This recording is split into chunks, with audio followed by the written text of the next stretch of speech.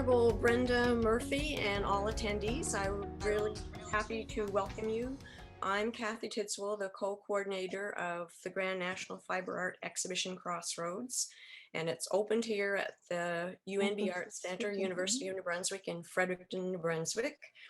And it will move on to Thunder Bay, Ontario, Woodstock, Ontario, Victoria, BC, Weyburn, Saskatchewan, and then end up in Brandon, Manitoba in November 2022.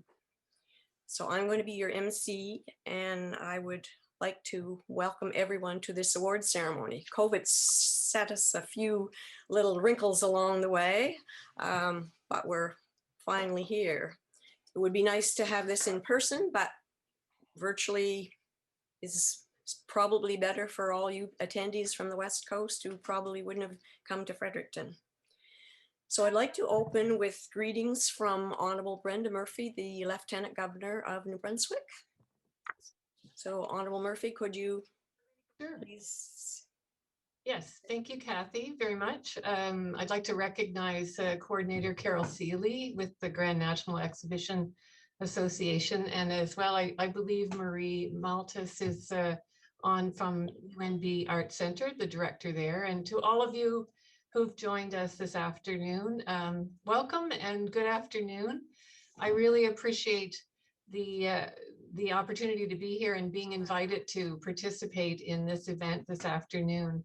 C'est un plaisir d'être parmi vous aujourd'hui pour le lancement de l'exposition Crossroads du Grand National Fiber Exhibition. Nous avons dû patienter quelques jours, mais ça en vaut la peine afin de célébrer le talent des artistes d'un bout à l'autre du Canada. Je vous félicite d'avoir été sélectionné pour faire figure au sein de l'exposition et j'espère que vos œuvres illumineront le quotidien des gens qui les visiteront. It is a pleasure to be with you here today for the launch of the Grand National Exhibition 2021 Crossroads, which can be viewed by appointment at the UNB Arts Center. Congratulations to all the artists whose work is featured in the display, and thank you for sharing your personal journeys with us. I'm thrilled that we are hosting the launch of the exhibition in New Brunswick, and I was really honored yesterday to have the opportunity to view the exhibit in person. And many thanks to Kathy Tidswell and also to Oliver Flecknell from the UNB Arts Center who arranged for my visit. The work is stunning. I found it very powerful, very impactful. And I believe it reflected the diversity and the realities, I guess, of our world today. And I was also very interested in how the theme was reflected by each of the artists, because your powerful artwork demonstrates that we've all experienced moments in our lives where we face divergent pathways, whether those instances related to new life, loss, personal relationships, career opportunities, or other significant milestones. This year's exhibition theme is so timely given the current state of affairs. As we continue to grapple with COVID-19 pandemic, we have reached a crossroads of global and generational proportions. Together, we've adapted to physical distancing and virtual gatherings like this. The pandemic has exacerbated social inequalities and opened our eyes, and I hope it's making it impossible for us to look away. We're left to wonder what the next chapter of our lives will look like in a post-pandemic world. Nous sommes à la croisée des chemins. Demandons-nous ce que nous pouvons faire pour améliorer nos communautés. En rebaptisant qui ont été exposés par les effets de la pandémie, nous devons choisir l'entraide et la compassion plutôt que l'égoïsme et la cupidité. Appuyons nos voisins qui ont besoin de nous. For over a year now, we've all said we can't wait to return to our previous habits, to our normal lifestyle. But what does status quo look like? When I look back to life pre-COVID, I see significant pain and suffering around us. I cannot ignore systemic racism and the harm it has caused Canadians based on the color of their skin or their ethnicity. I empathize with single mothers who struggle to afford childcare because they earn less than their male counterparts for work of equal value. Je réfléchis aux communautés autochtones qui n'ont jamais cédé leur territoire, mais qui peinent à se faire entendre, à se faire inclure et à se faire traiter en tant qu'égaux lors des prises de décision. Je pense aux nouveaux arrivants qui font face à la discrimination et aux préjugés à cause de leur ethnicité. I feel for younger generations who are being crushed by the pressure of student debt and the lack of affordable housing. My heart breaks for all who are living on the margins of society, many of whom suffer from mental illness and who do not receive adequate care or access to services. Do these groups, whose voice is so often silenced, want to return to business as usual? Is this the world that we want for our children and for our grandchildren? Les injustices et les inégalités sociales ont finalement été exposées. Maintenant, nous pouvons cibler des solutions résolvant les enjeux qui nous préoccupent. J'espère que nous serons en mesure de travailler vers un but commun malgré nos différences individuelles. Ensemble, nous pouvons créer des changements durables. L'art reflète souvent les enjeux contemporains. C'est une façon par laquelle les amateurs d'art peuvent partager leurs émotions et les aider avec leur communauté. J'ai hâte de voir comment la génération actuelle d'artistes sera influencée par les courants de pensée d'aujourd'hui et comment ces idées seront incorporées dans leurs œuvres. Crossroads can be intimidating, but they also present us with an opportunity to enact change, whether in our personal lives or in our community. I see art as a medium through which artists can highlight the vibrancy and natural beauty of the world, provoke introspection, or confront us with the imperfection of our surroundings. I urge you to continue to push boundaries and call out discrimination and exclusion, both through your work and in your lives. Let's use our talents, whatever they may be, to make our communities friendlier, more inclusive, and more equitable. Once again, thank you for including me in your event, and many thanks to the organizers who worked so hard to ensure this launch was going to happen here in New Brunswick. And I hope that many people in our province will have the opportunity to see this exquisite work at the UNB Arts Center. It really is spectacular. Wiliwan, Wilawan, thank you very much. Merci. Thank you very much, Honorable Murphy.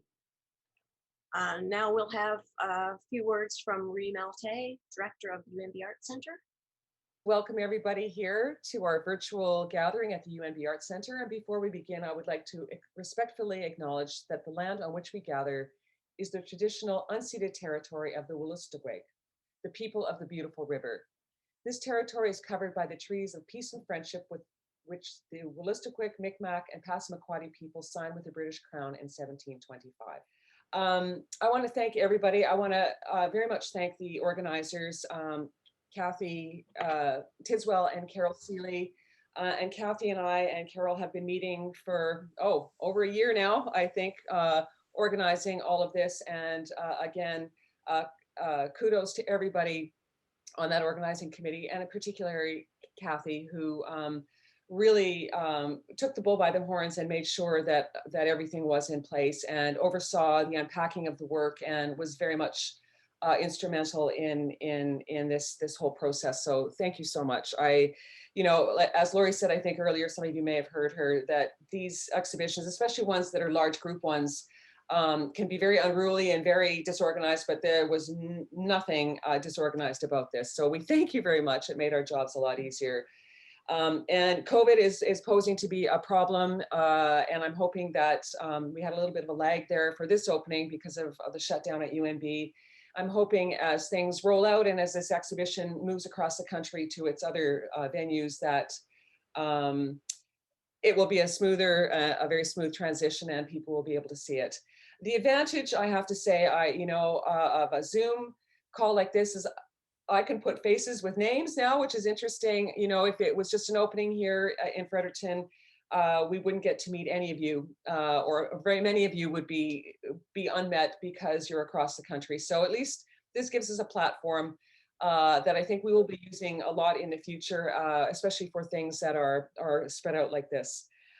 It was interesting to meet some of you in the videos that we did, and please check out our website. Those are really quite lovely and really help to get some insight behind some of these works. I think for me, when we were unwrapping them and hanging them, the things that struck me the most was the thoughtfulness of each piece, the creative kind of intuition that moves a piece along, the skill with which each piece is executed. It really boggles the mind and is a testament to the hard work and a lifelong study of fiber crafts. So thank you so much for allowing us to be the first exhibition space in this cross-country tour. We're very honored to be the host. So thank you very much, Kathy, Carol, and the Grand National Fiber Art exhibitors.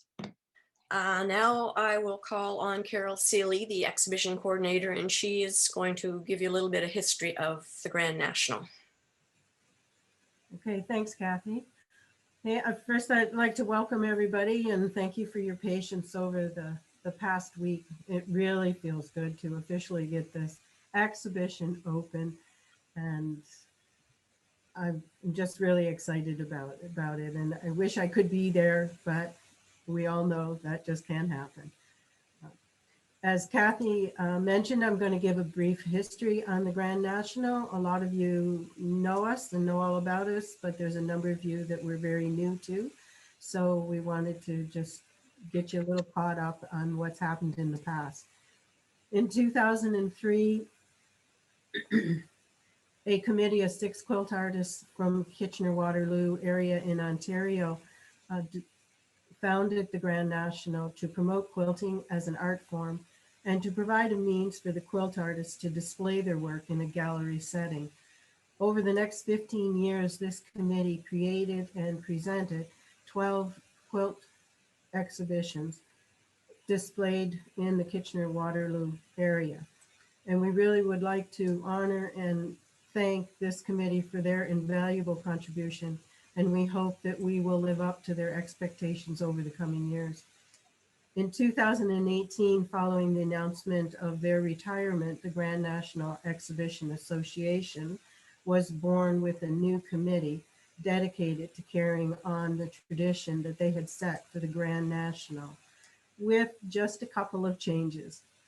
The goals of the new committee were to maintain the reputation and tradition previously established while opening up the competition to include all Canadian fiber art, and by moving the exhibition around the country so it could become truly Canadian and national, not only in the scope of the artists exhibiting in the exhibition, but in the physical locations where the art could be seen. This would expose more fiber art to a wider audience and give each of you a better chance to be able to see the art live. The first Grand National under this new leadership was still presented at Prairie Fusion Arts and Entertainment Center in Portage la Prairie, picked for its location in central Canada. This exhibition, predominantly showcasing quilt art did also include some felt art, a crochet piece, and a number of 3D sculptures. And we aim to build this component of our fiber art, of other fiber art mediums over the years by expanding our contacts with these types of fiber art organizations. So if you actually belong to one of these organizations, we'd like to hear from you so that we can get in touch with your organization. Our current exhibition, Crossroads, moves us to another level as we are now not only exhibiting this exhibition in another province, New Brunswick, but we are touring it to 5 additional venues in 4 other provinces, literally going from coast to coast across Canada over the next 19 months. You can say that Grand National has met its crossroad and had the courage to take it. So make sure you check out our website and the exhibition schedule that Kathy mentioned earlier. It's all listed on our site, and if the exhibition is coming near you, please take the time to see it live. It is now my pleasure to give my heartfelt thanks and deepest appreciation to the Grand National Committee. First, my thanks go to Krista Zager, Janie Himsel, and Vicki Gray, who were with me when we first decided to take on this new adventure. Literally say without them, we would not all be here today. Joining us in 2019 was Thelma Newberry from BC, Michelle Cragen from Saskatchewan, and last but definitely not least is Kathy Tedswell from New Brunswick. To Kathy, we actually owe a very special thank you because she not only founded the venue for the opening of Crossroads, but because of the COVID travel restrictions, has been forced to take on solo a number of tasks required to get Crossroads up and ready for travel. I'd also like to acknowledge Linda Ingram from BC for assisting our treasurer, Yvonne Carlson from Winnipeg, Manitoba, who came to our rescue about 9 months ago in creating our online forms and has since then has been maintaining our website. Also, thanks go to our jurors who selected the exhibition from the 107 entries. Tracy Auburn from Alberta, Judy Villette from BC, and Deborah Barlow from Saskatchewan. Anne-Marie, a big thanks goes to you and your team from the UNB Arts Center in New Brunswick there for accepting our exhibition sight unseen, assisting us through all these health restrictions, providing all the technical expertise in creating the online talks and this award ceremony. And we really like to thank you in advance for your continued support and advice in getting this exhibition all packaged up and ready for travel. Essentially, you folks have been our safety net in this new experience, and we truly appreciate the extra assistance that you have given us. Hey, Kathy, I'd like to turn it back over to you. I would like to do a few thank yous. I guess Marie's already been thanked with her team, but Marie and Oliver Flecknell and Lori Quick have been tremendous. And Lori is the demon who's made all these fancy backgrounds for us, which Carol and I aren't really computer gurus. And Lori's helped us through getting them. You don't have to look at my ugly back wall. I also would like to very much thank the judges, Anne Perry, Vita Plume, and Peter Larocque. They had challenges to meet because the day they were supposed to judge, UNB was locked down with COVID. No one was allowed on the campus. So they spent a couple of full days on Zoom reviewing pieces on the computer before they actually came. They wanted people to be very sure that they did actually see the pieces. They put a lot of work into making statements that you will all get regarding your pieces. And I should just mention, they were wanted you to know that some of them were towards your photographing and things like that. They did this so that you could improve your next entry to a competition. but they were very strong. They wanted you to know that this didn't affect their final decision because they were actually going to see the artwork. And it's incredibly different to see the piece in real and when you see it on the screen. Maybe that's what makes fiber so nice, the texture and all the things that go with that. So now I know you're probably getting fed up with thank yous, but I have to thank the sponsors, because without the sponsors, we would not be able to give out any prizes. So our platinum sponsor is JANOME Canada, which has been a sponsor from the very first year, 2003. And Wonderfil Specialty Threads. Gold sponsors are Fredericton Quilters Guild, the Fiber Art Network, the Western group in Eastern Canada. We have a Fiber Arts Network as well, same name. Kitchener-Waterloo Community Foundation, and silver are Weyburn Crocus Quilt Guild, Northcott Silks Incorporated, Waterloo County Quilters Guild, and Victoria Quilters Guild. Bronze is Manitoba Prairie Quilters, TFAM, Textile and Fiber Artists of Manitoba, and Cindy Threadworks. And a big thank you to all of our sponsors. I would like to mention that there are catalogs showing all the works, artist statements, and short bios. They're on sale at www.grandnationalfiberartexhibition.com for $12 with postage included. Carol is going to present the awards, and I will just mention that the Viewer's Choice Award will be presented at the end of the pieces being in the 6 galleries. So it will be a count from all the 6 venues, and that will be for a JANOME sewing machine of a value of $1,300. Okay, so I would like for Carol to create the moment that you've been waiting for. She will announce the awards.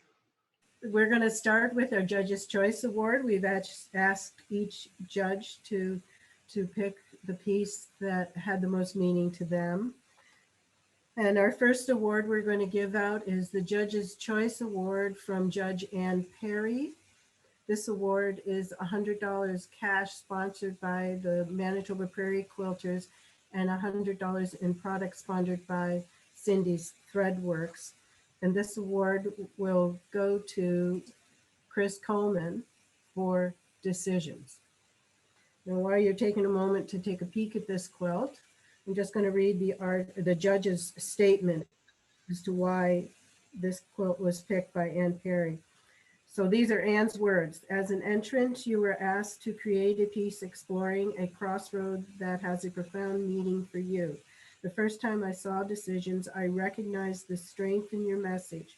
The signpost is synonymous with crossroads, and the text on the wood details the particular concerns in this case. We were also asked to stress yourself to a new level for this exhibition. Creating a 3-dimensional piece encompasses varied techniques that must be skillfully executed for the success of the message. Congratulations on your attention to detail in the fabric selection and stitching for this piece with a definite visual impact. Congratulations, Chris. Our next prize is the Judge's Choice Award from Judge Vita Plume. Just a second. This award consists of $100 cash donated by the Grand National Association and $100 in product from Cindy's Threadwork. And the prize goes to Janet Harper for Poised. Vita's comments on Poised are as follows. I strongly relate to the figure in this piece. I have found myself in similar positions on the edge of something, needing to make a decision, simultaneously anxiety-provoking and exciting. It is successful in the ambiguity in both the figure and the abstracted landscape. I am drawn into the image by the strength, the circular aura, to find amazing details in the color gradations of that aura, as well as the black silhouette's damask motif and the metallic stitched energy lines through the core of the figure. When I explored the environment more fully, I see a depth of texture created by a variety of stitching and textile selection, producing subtle color shifts. The details of gold metallic highlights provide additional visual interest and indicate that this figure is of high value to the maker. Congratulations, Janet. Our next award is the Judge's Choice Award given for Judge Peter LaRocque. Again, the award is $100 cash sponsored by Manitoba Prairie Quilt and $100 in products sponsored by Cindy's Threadwork. And this award goes to Janie Himzo for 1,000 Steps. Peter's comments on this piece is, Lao Tzu, the ancient Chinese master, said, "A journey of 1,000 miles begins with a single step.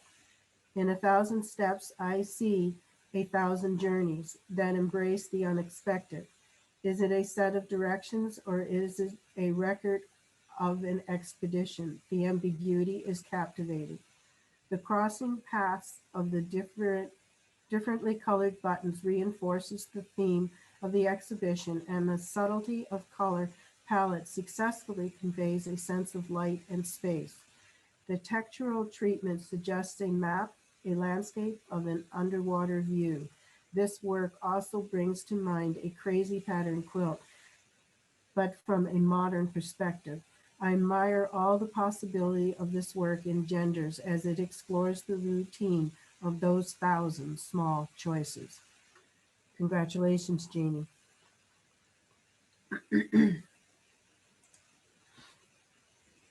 Okay, next we have Wonderfil Award of Excellence in Threadwork. Third place. The award is $500 in products sponsored by Wonderfil Specialty Threads. And the award goes to Juliet Nolan for To Go or Not to Go. I'm now going to read the artist statement written by Juliet. My move to Canada was a very big decision as seen from the emotions displayed on the center panel. This was probably the most far-reaching decision I have ever had to make and was certainly a personal crossroads. Having wanted to make a map quilt for a few years, this was the perfect opportunity to do so. Through the two maps, I aimed to show how different my way of life would become if I crossed the Atlantic Ocean. Interestingly, in these COVID-19 times, these two maps are so very relevant with their different topography and population density. Congratulations, Juliet. Next, we have the Wonderfil Award of Excellence in Threadwork, second place. This award is $750 in product, sponsored by the Wonderfil Specialty Threads. And it goes to Corinne Zur for Into the Light. Her artist statement reads, "The ultimate crossroad is the passing from this life to the next for both humans and animals to fly free of their pain. Although a very peaceful transition, it still leaves a loss for those left behind to pick up and start a new life without them." Congratulations, Corinne. Okay, the Wonderfil Award of Excellence in Threadwork, first place. This is an award of $1,250 in product, sponsored by Wonderfil Specialty Threads. And it goes to Terry Ask for Night Driving. Her statement reads, "Driving through the night, across the featureless landscape, headlights, taillights blur into glowing streams of light, crossing in the darkness. As I drive, I realize I am surrounded by strangers, all of us traveling in our own socially isolated bubbles. I wonder about the people in all the vehicles around me. I wonder about their destinations. Are they heading home across town to visit friends, or perhaps starting a long trip towards a new adventure? I wonder about their hopes, and I wonder about their dreams." Congratulations, Terry.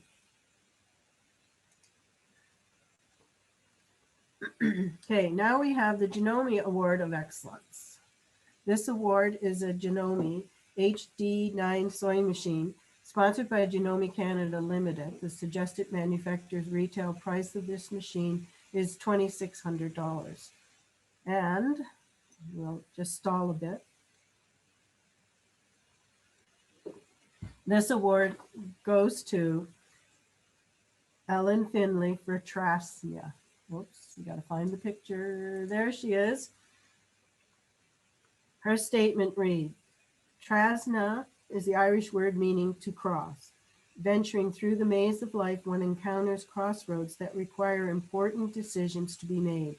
Each decision could take one in a different direction. Our lives do not always follow straight pathways. Oftentimes, life meanders through a maze of fascinating crossroads. A meaningful decision in life is simply to follow one's heart when pursuing personal pathways. Congratulations, Ellen. And our final award for today is our grand prize. This award is $1,000 cash sponsored by the Fredericton Quilters Guild, $800 in products sponsored by Northcott Silks, and $500 in cash sponsored by the Waterloo County Quilters Guild in Waterloo, Ontario. And the winner is Joan Kilpatrick for Illumination Bright Possibilities. Her statement reads, airports are modern crossroads with busy runways that connect us to family and friends across the country and around the world. The pandemic disrupted this easy flow. My roots are in central Canada. My family has migrated west, and now I believe I must choose where my future will thrive. I was feeling stranded in the dark place between airports, confined against a backdrop of rust-dyed memories. Now I imagine that a marvelous crack has opened in my mind, and that's how the light gets in. Anthem by Leonard Cohen. Bright possibilities at this crossroads gives me courage to move forward. Congratulations, Joan. Okay, this concludes the awards for today. To each of the winners, you will receive an email from me shortly, tomorrow morning at the latest, which will instruct you on how to collect your prize. And now I'd like to turn it back over to Kathy to do some final announcements. So the theme for our next Grand National, which will start in 2023, is delights. We thought we worked quite hard on thinking of a theme, and we thought COVID had been such a nasty experience that we would like something that would be a bit uplifting. So put your minds together and start working on your new theme. We're searching venues across the country again, and those aren't firmed up yet, but we will continue to be across the country. So in conclusion, I would like to thank everyone who entered their pieces, and I also would like to make everyone think that if your piece was accepted into the Grand National, you are a winner. There are only so many awards to go around, but each and every piece should be considered a winner. So thank everyone for coming, and I hope as many as you who can will actually get to visit the exhibit, and if not, check them out on the UME online, and also the Grand National has an online with all the pieces that are in it. But you really do need to actually see the pieces. So thank you, everyone, and have a good evening. We're into evening here. I guess you're just in mid-afternoon, you Westerners, but we can start thinking about our suppers now. I just saw a message flash by my screen. Someone was wondering how they get their judges' comments, and I just wanted to advise all the artists in the show will be receiving via email comments from the judges on their particular piece. Thank you for attending. And congratulations to all the winners.